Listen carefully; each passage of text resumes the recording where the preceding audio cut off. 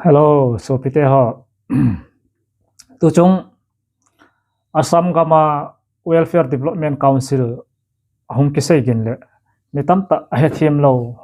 aumin. A Welfare Council chu kahin hilche di pon kahin het dan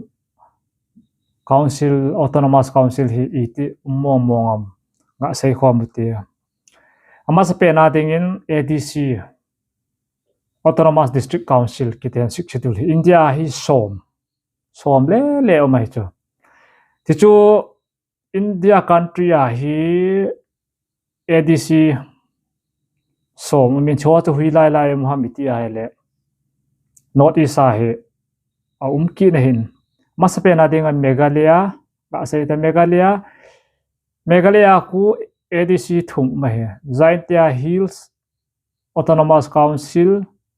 Khasi Hill Autonomous Council, Garo Hill Autonomous Council, thum ane hin. Chitiang le Mizoram, Mizoram as ega abet kina hele Chakma Autonomous District Council. Chitiang le Lai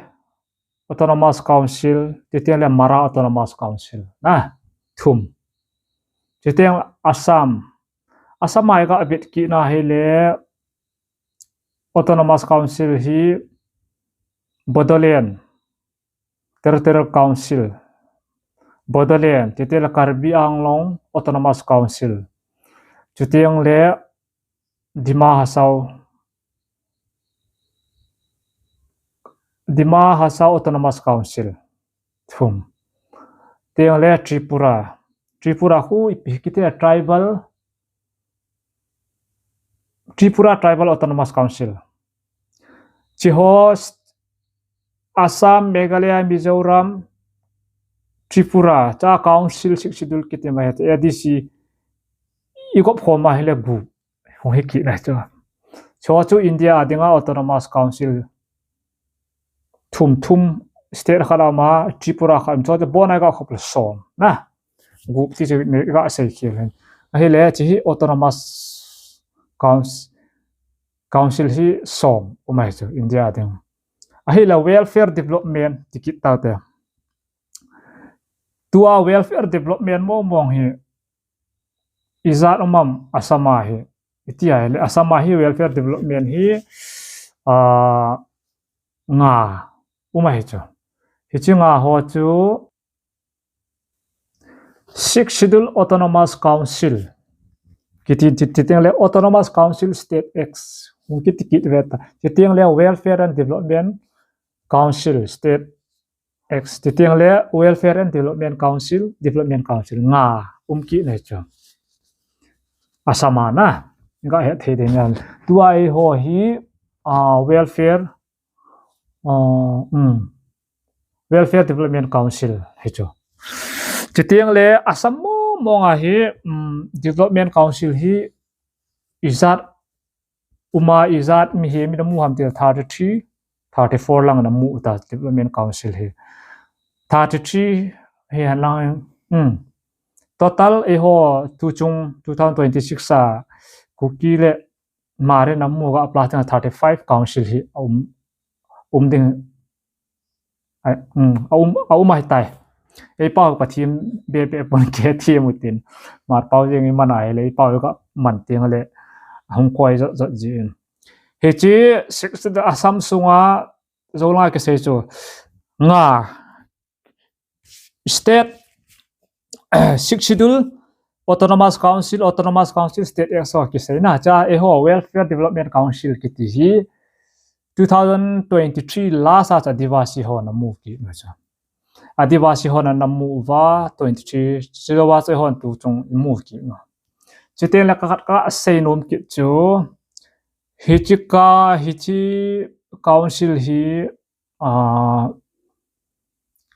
ka het khilo le Barak Hill Valley kiti Barak Hill la mi ko mo masapen hui te ta ma hi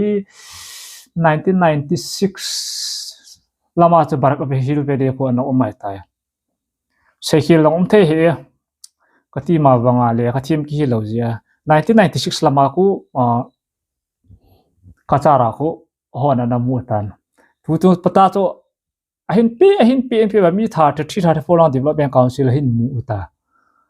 asam sunga zat hon na ai la koi ho hi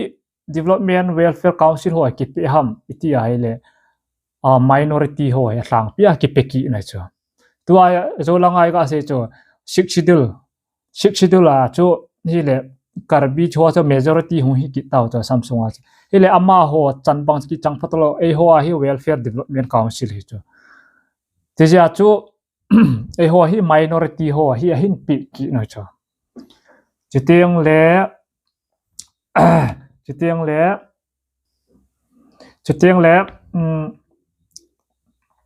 hichi development council dong hi mi so se no mu the ki lo na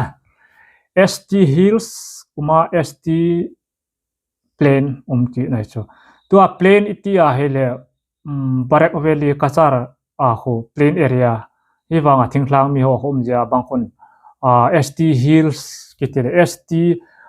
Sidul tribe ma thil ki mu chama ho kon amu the ki lo cho chila hi ingai to le hlu lum ni ngai cho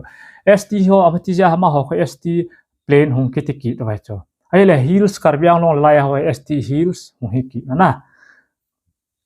ST Hills le ST Plain ami development dang hai ki na cho Barak Hill Valley Autonomous Hills te ho khuto lai ami hi ti hum dem pa ka hepun hi wanga Hills le Plain hi hung ki khen ki na cho aphat ba ha ki til Hills ami phadi ja Hills ami hi phadi ya ema ka ki til atulai ta dingin e ho pau ta dingin ne ading tam tabang jong hi ki hin wa ka char langa khu koi hung ki chu di pem ki hatalo ST tua hi wa khon mi nam ka ya thelo khasi naga ku ki theo hum khom su hil hi lew kilom ta hi wa ngai ho tu chung thil mu hi e ho welfare a e ho ichalai diu tu lai ta le ho di control diu tina ta cha chitel thil khat ka ase nom chu hi ti iga amu manwa he agam tum mi bang khatun atuma ke vai pu top hidi elo state noya yum diu district noya um to hi wanga chu fan ho chu direct state na ko na e ho hunglu diu tina ta cha masanga chu fan ho hi district a ko na ta ke la tu ai hon council adang ta council wa direct a hunglu jing di ti nai chu tilaka asenom so Manipur hen lang Mizoram hen le chilang ho hin a he TMG povin autonomous se je to ama ho lang nang ho lang nga chu umlo wa hin tua nang ho lang autonomous power ga ke se nang ho lang MLA ho to ke ho lang MSC ki ti taute cho he power hong ki bang chet ki nai cha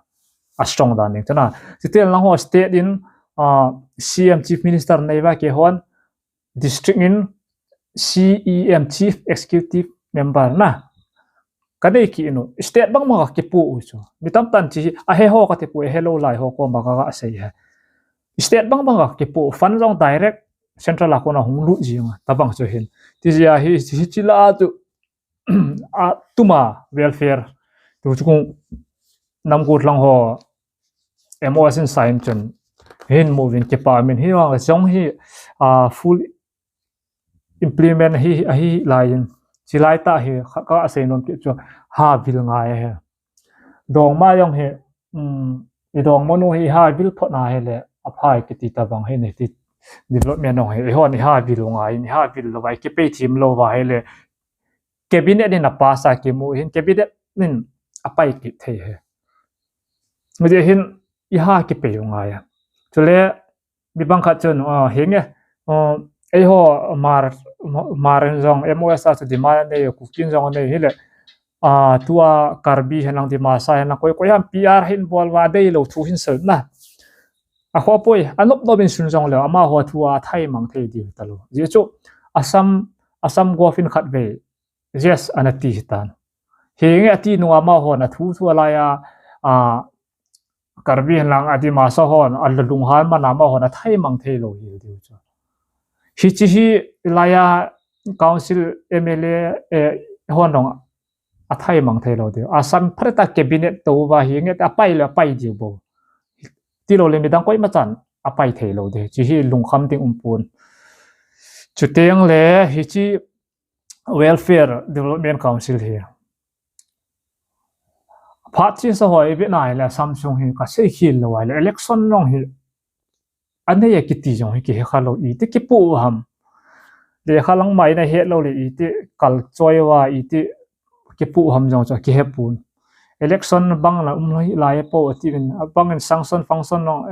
ห้องอัดโลเมียติวินอีปีเลยจะหัวลำจุกกิกระเซยนุ่มปูนเฮดองกะเฮโล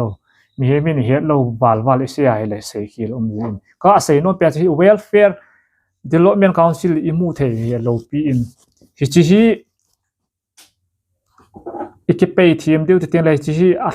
ดิตันเกษยเลย politician หัวจงอ่ะนั่นแหละจ้ะ politician หัวกี่หัวพัดวงไง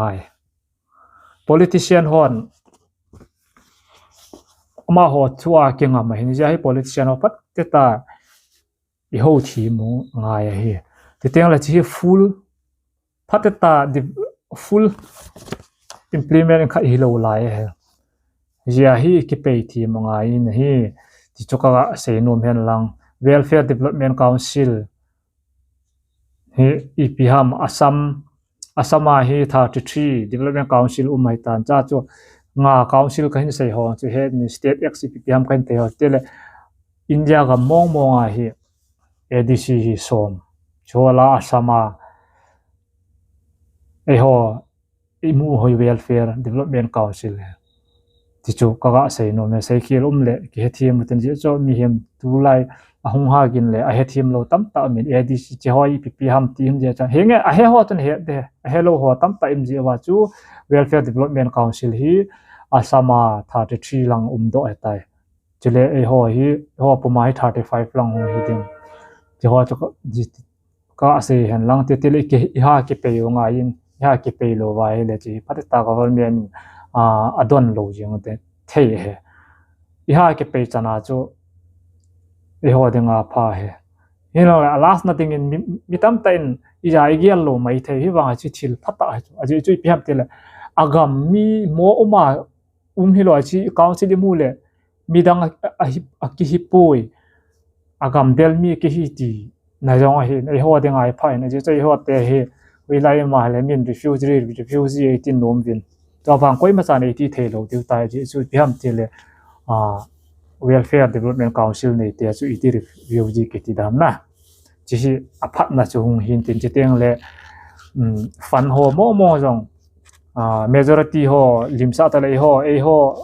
ขุดตาหงลุดิตินะตาจะเลตาหินทดว่านุงอาหามกูเราเลตาหินทดว่าได้ระอีขุดนายเกลาตะบังอาจุฟันโฮยงหงลุดิตายมาขุดนาติจุอภัทนะเฮใส่คิมเลยเก่งไงตามุติจันอาจุเฮโลไลโฮดิงากันเสีย